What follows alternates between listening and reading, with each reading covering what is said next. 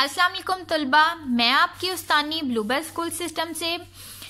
उम्मीद है कि आप सब ठीक होंगे। तलबा, ये उर्दू अदब का लेक्चर है और आज हमने उर्दू अदब में सबक नंबर 1 हम्द के सवाल जवाब करने हैं। पहले 2 सवाल आज हम इसके करेंगे तलबा। सबसे पहले आप लिखोगे दिन और तारीख। दिन है बेटा पीर और तारीख है 12 अप्रैल 2021। यहाँ आप लिखोगे जमात का काम। सबक नंबर 1 हम्द।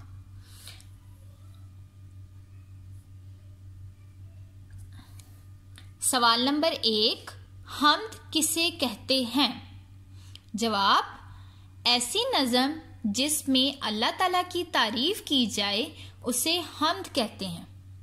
तलबा, ऐसी नज़म जिसमें अल्लाह ताला की तारीफ की जाती है उसे क्या कहते हैं? हम्द। सवाल नंबर 2, इस हम्द के शायर का नाम लिखिए।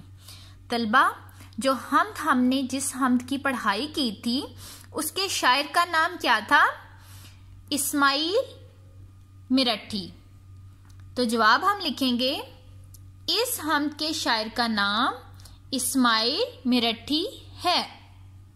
ओके तलबा, इन दोनों सवालों को आपने अपनी अपनी कॉपियों के ऊपर खुशखत करके लिखना है और आपने अपनी जूम क्लास को भी ज्वाइन करना है।